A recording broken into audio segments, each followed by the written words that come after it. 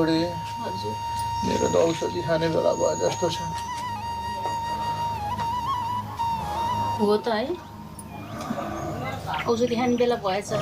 नाले भित्र गएर पानी लिएर आऊ त बालाई दबाई खानिदिनु पर्यो। आया बा तपाईँलाई के भएको सधैँ औषधि खानुहुन्छ त? हजुरबा बिरामी हो नि त, त्यही भएर सधैँ औषधि खानुपर्छ। के गर्छस् त बाबु, काल पनि आउँदैन। तेरो बाउले यति नगरेको भए बाबु तैँले मेरो मुख पनि देख्न पाउँदैन थिइस्। आमा लिनुहोस् पानी। 15 वर्ष भइसक्यो बिमारी नै छु।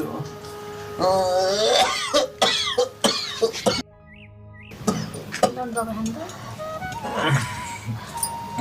पानी खानु।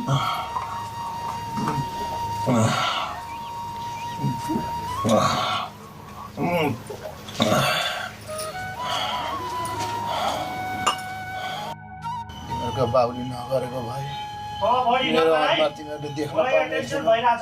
तँलाई थाहा छ त मैले यो घर कसरी चलाइरहेको छु भनेर। धेरै ठुलो कुरा नगर। दुनियाँको घरमा दसैँ आइसक्यो, हाम्रो घरमा चाहिँ केही छैन भनेपछि केही नमान्ने। ओए हाम्रो घरमा चाहिँ आउँदैन। तँलाई थाहा छ त यो घरको अवस्था के छ भनेर। छोराको हालत त्यस्तो छ, तैँले अलिकति बुझ्नु पर्दैन। लु भए सधैँ तिम्रो बाउ भनेर बस्छ, दसैँको बेला पनि बाजेको छ, खडा गरेको छ। होइन फेरि किन बाउलाई यो अलिकति राम्रोसित बोल्न आउँदैन? जहिले एउटै कुरा गरेको छ, के चिज गरेको छ नभएको कुरा गरेको छु र? मैले भएर नदिएको हो र? मलाई चाहिँ रहर छैन आफ्ना छोराछोरी बुढीले राम्रो लाउन् राम्रो खाउन् भन्ने। मलाई थाहा छैन र?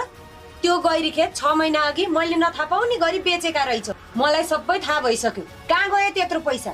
सबैको अलिअलि तिरेर मुखमा बुझो लागेको छु। बुवाको उपचारमा त्यत्रो खर्च लागेको छ। सबै कुरा थाहा पाउँदै कस्तो बुझ बचाएको? मलाई थाहा छैन। जसरी हुन्छ मैले भनेको सबै चाहिन्छ। अरूलाई चाहिँदाखेरि जहिले हुन्छ, मलाई चाहिँदा केही हुँदैन। भनिदिएको छु राम्रोसँग सुन, मैले भनेको सबै कुरा हुनु पर्यो, नत्र मैले जानेको छु।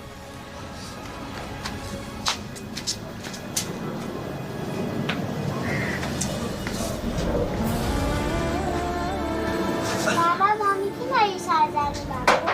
मम्मी रिसाएर के भयो त? बाबा यसपालिको दसैँमा ठुलो घोर्ने खसी ल्याउने है।